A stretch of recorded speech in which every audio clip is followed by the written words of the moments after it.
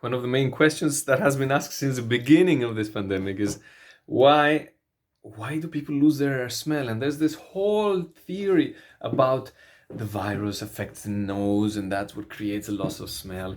But when we know the 5 biological laws and we know exactly which survival programs get activated with unique stressful situations, we know that the nasal mucosa and the nerves, the olfactory nerves that go straight up into the brain, are very connected to a unique biological response. And one of the main purposes of our nose is the sense of smell, is to perceive smell. And this is a totally biological, primitive function that we have in our body. We have it since the beginning of existence of humanity on this planet. And it's a very vital function that helps us to detect, number one, where I can get food, where I can get my nourishment for survival, and at the same time, to perceive where there's a threat for me, where there's danger. We are animals, we are mammals, and this is one of our most important senses, sense of smell. And it's a unique guide for us to really know where is safe for me, where I can go and where I can get my nourishment, and where is not safe and where I need to get away from. Now, when we see the effects of trauma on the body, the trauma means when we experience situations that are too much for us. We cannot process in time, in intensity, through our resources that we have. So when we experience trauma, there's different responses in our system, which is fight, flight, or freeze.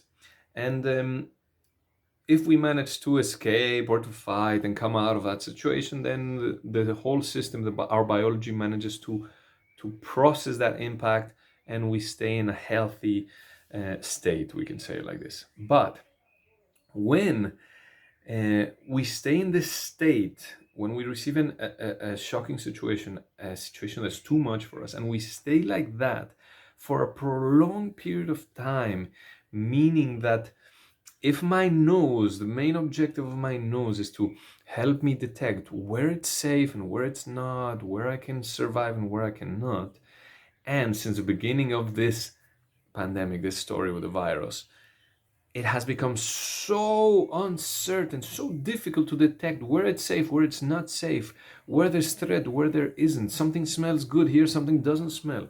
They're giving me all kinds of opinions and theories and new concepts of transmission and death and cases and all of this constantly. So this creates an overwhelming situation for our system that is too much for many people to handle, and that it creates this fight, flight, or freeze response, which most commonly gets frozen in this specific part of the body, because it implies the kind of frozenness of that capacity to detect danger or safety. Yeah. So if a person is experiencing this with all the misinformation and fear and everything that is out there, then their sense of smell, that biological, physiological function, is going to go into a frozen state, and this creates a loss of sense of smell. Yeah. So also because many people as primitively, because we detect danger like that as mammals, and there's this virus where we cannot smell it, really. We cannot smell a virus. So it creates even more this tension in the system that activates even more that frozen state in the nose. Now, this is one part of the sense of smell. The other part is when we start using mouth coverings, because then that also impedes, that even puts another blockage on top of our nose to help us detect this danger or safety. So when we put that on top, that aggravates the situation even more. Of course, there's other direct side effects of incubation of other microorganisms there, and loss of oxygenation for the body, and that there's other direct effects of this face coverings. But secondarily, it affects also our sense of smell and our sense of safety, because it impedes us from smelling really where it's safe and where it's not. And at the same time, it also activates a sense of fear when we see somebody else with their face closed, because we cannot really detect what's happening, what they're really expressing, if it's safe or not, if if they are pleasant people to be with or not, or if they are threatening or not.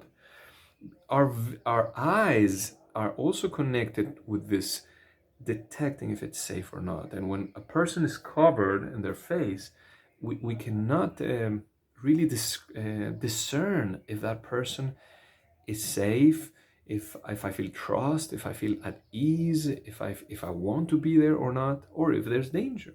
So indirectly, by covering the face, that activates even more the frozenness in our nasal mucosa, which can activate even more the loss of smell.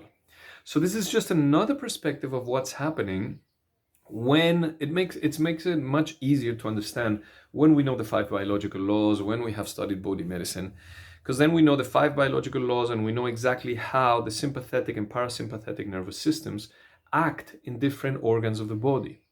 And when we know that, then we can really go in depth and understand each symptom and each part of the body. I just described to you one symptom right now, which is loss of smell, which has been studied for 40 years since the discovery of the 5 biological laws, and it fits totally with the circumstances that we've been living since the last 13 months with this pandemic.